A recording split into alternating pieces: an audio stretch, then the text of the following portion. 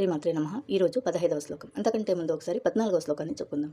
అన్నాద్ భవంతి భూతాని పర్జన్యాదన్న సంభవః యజ్ఞాద్ భవతి పర్జన్యః యజ్ఞః కర్మ సముద్భవః.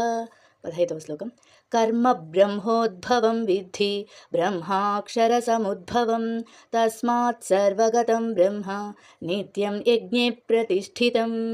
కర్మ అంటే కర్తవ్యములు, బ్రహ్మోద్భవం అంటే వేదములలో ప్రకటితమయ్యిన, విద్ధి తెలుసుకొనుము, బ్రహ్మాక్షర సముద్భవం, బ్రహ్మ అంటే వేదములు, అక్షర అంటే నాశనము కాని వాటి నుంచి నేరుగా సముద్భవం వ్యక్తమయ్యేను అనేసి. తస్మాత్ కాబట్టి సర్వగతం సర్వవ్యాపి అయిన బ్రహ్మ అంటే భగవంతుడు నిత్యం ఎల్లప్పుడూ జ్ఞాని యజ్ఞము ఎందే ప్రతిష్ఠితం ప్రతిష్ఠుడై ఉండును.